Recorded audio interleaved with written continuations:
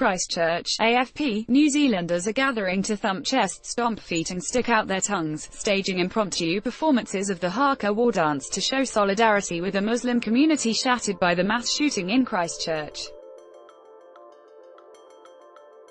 Kiwis ranging from heavily tattooed bikers to business executives, children and the elderly have lined up to perform the intimidating ceremonial dance, which begins with fierce chants roughly translated as, "I live, I die." As the country struggles to respond to the horrific tragedy, it was perhaps inevitable that many would turn to the haka, a dance whose origins lie with the indigenous Maori community but which has become a global symbol of New Zealand as the battle cry of its national rugby team, the All Blacks. The aggressive ritual and threatening histrionics may seem out of step with the somber atmosphere gripping the nation after Brenton Tarrant, a 28-year-old Australian and avowed white supremacist, allegedly gunned down 50 Muslims during prayers last Friday, March 15. But the haka is not only meant to intimidate, but also to mourn, melding both hostility and beauty into an outpouring of true emotion, said Te Kahautu Maxwell, a professor of Maori at Waikato University. Haka is used for death and mourning. It is an integral part of the Maori mourning process. Haka is used to show love and compassion. Haka is used to uplift the spirits of bereaved families, Professor Maxwell said.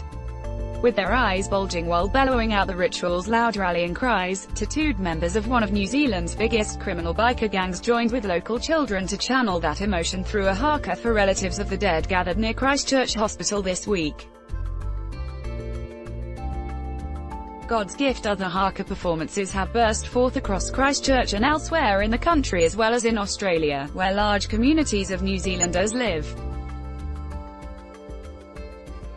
The haka stirs strong emotions in shooting survivor Kautha Abalaban. She was in Christchurch's Al-Nur Mosque when the shooting erupted, eventually escaping through the back door. In the days since, she has repeatedly watched videos of the haka performances staged in response to the massacre, welling up each time. "Because you can feel it when you see them. You feel it, it touches your heart.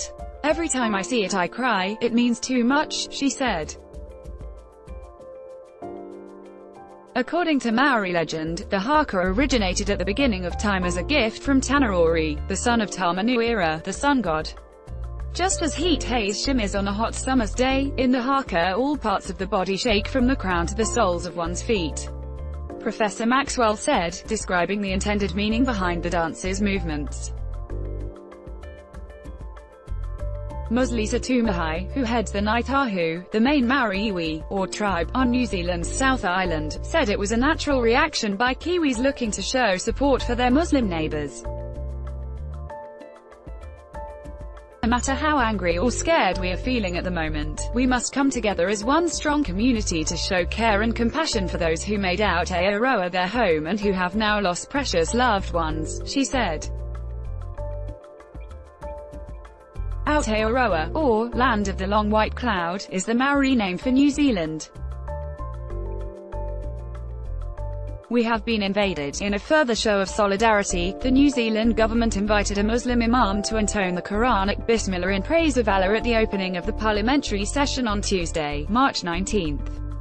New Zealand Prime Minister Jacinda Ardern followed up by saying, "Wa alaikum salam wa rahmatullahi wa barakatuh, may the peace, mercy, and blessings of Allah be with you too." Schools, Maori tribes and sports teams will each have their own haka, and the version performed by the All Blacks, called Karmate, tells of a 19th-century warrior, Te Rauparaha, who hid in a food storage pit to escape his enemies.